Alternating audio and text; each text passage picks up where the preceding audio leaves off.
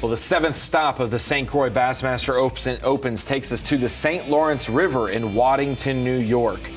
The final event of Division I for the 2025 Bassmaster Open season. One more event left at Leech Lake, and boy, this place did not disappoint. We have 110 miles of river in store from Waddington, from just above Waddington and Messina, all the way down to Cape Vincent and Wolf Island. Welcome into the Bassmaster Studio, sponsored by Marathon. Ronnie Moore here with Mike Sucon and Jamie Bruce. And first off, Such, we have a long season of the EQs. You have to be in the top 25 points race to make the EQs. What were some of your takeaways for the last event for some of these anglers to make that cut? Well, we had guys make our top 10 who were way outside. Zach Guttermont and Caleb Hudson were in the 60s, and they jumped with the top 10 inside, and they're going to fish our 3 EQ events this fall to try to get on the elites. Absolutely. And Jamie Bruce, you've done well at the St. Lawrence River in the past. You came in and got to commentate with us today. What were some of your takeaways on some anglers you saw that did very well and your reaction to the weights that they caught this week? Yeah, I mean, we said it first thing this morning with how tight the weights were, that whoever catches the biggest bag is likely going to win, and it looks like it's a two-way showdown between Eric Luzak and Cory Johnston right now at 24-1 unofficially on Bass Track. So that is holding true.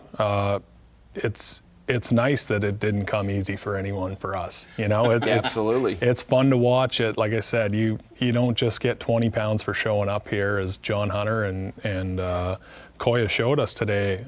So to get up to 24 pounds in a short day with a big run, it's impressive. The locals have always been hard to beat here. Cory, Eric, Zach, all unofficially first, second, third right now.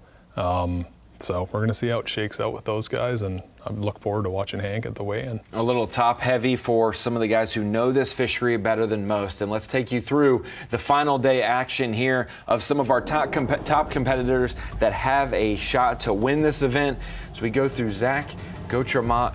He was our day 2 leader, 49 pounds, 10 ounces through 2 days of competition, and Zach put on somewhat of a show this morning in his first spot, but they were just 3-pounders and change. They weren't the biggest ones in the bunch, and you talked to him, Jamie.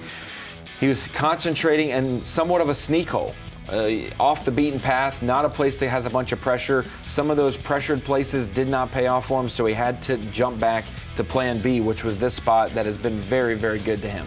Yeah, a lot of the field knows that Zach guides out here full time. He knows the river very well. He said he didn't even point the nose of his boat towards this spot in practice. He showed up here at 11 o'clock on day 1 with nothing, filled the boat and called up a few more times in other areas, and yeah, he really showed his versatility on the river today too. He made some gambles, he made some runs. He went down towards Kingston and caught his biggest bass of the day on what looked to be a football jig, and yeah, he's gonna have a great finish here, and fun to watch. Clutch either way. Go ahead, Such. He led with 24-10 and 25-0 on day 2. He just couldn't match that today. He didn't have the big fish. He had good fish, just not as big. The conditions did change today. We had wind throughout most of the first 2 days of competition, but for the first half of today, it was slick calm, different types of sunlight beaming through, not much cloud cover in the morning.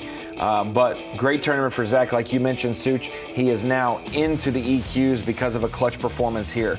Guy who had nothing to lose and everything to gain this week, what you call a jackpotter, a cherry picker, a local looking to exploit it and win. Eric Luzak from Canada. Hey, has an 11th and a 20th in 2 prior St. Lawrence Opens here. Jumped in this one and had a shot. He said, hey, welcome to Bassmaster Live. He was in sight of Cory Johnston starting this morning. They both, 2 Canadians, sharing a good, valuable spot. He got the best of Cory this morning and then really started to pour it on throughout the day, Jamie. Caught really good fish throughout the day and had a decent lead over the field until Cory started to make a stake at the leaderboard too. Yeah, he had some great catches today and probably caught more quality fish on camera than anyone that we had seen today. He's easily threw back a 20 or 21 pound bag. You know, the smallest fish he was catching were in that 4-pound class. So he definitely did his job today. He didn't get that big kicker, which is just kind of how it goes, but he doesn't have any fish that he's going to regret in there, and we'll see how it shakes out for him. It's it's two Canadians at the top right now, and, and as we say, jackpotters and locals. And if you want to win a Bassmaster Open and go to the Bassmaster Classic, you should have to beat someone like Eric or Cory. Yeah, absolutely. And what's crazy is you see some anglers just close in weight to these top anglers, fishing in 10 to 15 feet of water. Meanwhile, Eric talked about 50 to 60 feet of water that he was catching some of his fish today. Meanwhile, Cory Johnston, we know his resume here. Johnston brothers so dominant no matter what tournament trail they're fishing here. Cory with an Opens win in 2022 in September, backed it up a few years later with an Elite Series win last year. Now he comes here with nothing to lose, hasn't fished any other Opens in this division, Such, and he gets the opportunity to focus in on just a trophy and a big check, and he has put himself in position for that, no doubt. Yeah, you know he's going to be in contention every time he suits up at the St. Lawrence. What I say, he has 8 top 10s now in his 27 in his B.A.S.S career, and this could be his third of four wins on the St. Lawrence. He's got one in St. John's as well. He likes some Saints. Yeah, and I mean, if it works out for him today, like I said, he just topped the field at the Thousand Island Open, which is the best local anglers in the area. So he had to beat all them, and then all the up-and-comers, he's got to topple them too. So if he does win, it's going to be a couple of hard-earned wins and just really a flex on how dominant he is on the St. Lawrence. And a key momentum changer as we start the last 2 Elite Series events. 26th in points for Cory Johnston, and he gets to now have some good positive momentum going in. But what a great day to end Division I. The St. Lawrence River never disappoints. And we took it to Hank Weldon to decide who was going to win this narrow, tight tournament. 2-day total of 49 pounds and 10 ounces. Let's welcome him up from Chameau, New York. Zach Gutermont. Bring him up. 5 in the bag. Side by side, 25.6 is what Zach needs. Looking for 25.6. Anything lighter, it goes to Cory Johnston. 5 in the bag. 22 pounds and 10 ounces. And Zach's going to end in second place with 72.4. Going to be a great finish for Zach. He punches his ticket to the Bassmaster Elite Qualifier. Going to finish in second place. I know not quite what he wanted, but still a great finish. And Waddington, I need you to show your gratitude to him. Let's hear it for Zach. A great 3 days of fishing. Nice job.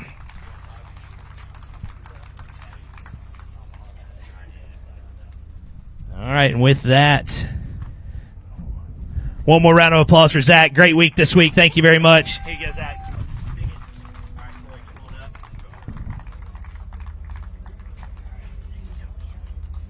And Waddington, I think you've heard this name before. Let's hear for your champion, Cory Johnston out of Canada, taking home the trophy. Big bag here on day number 3.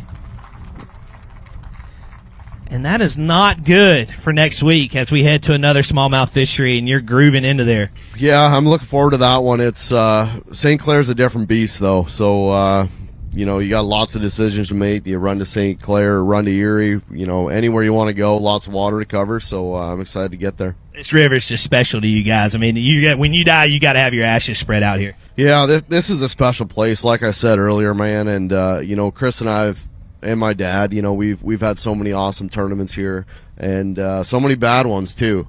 But a lot of people I got to thank.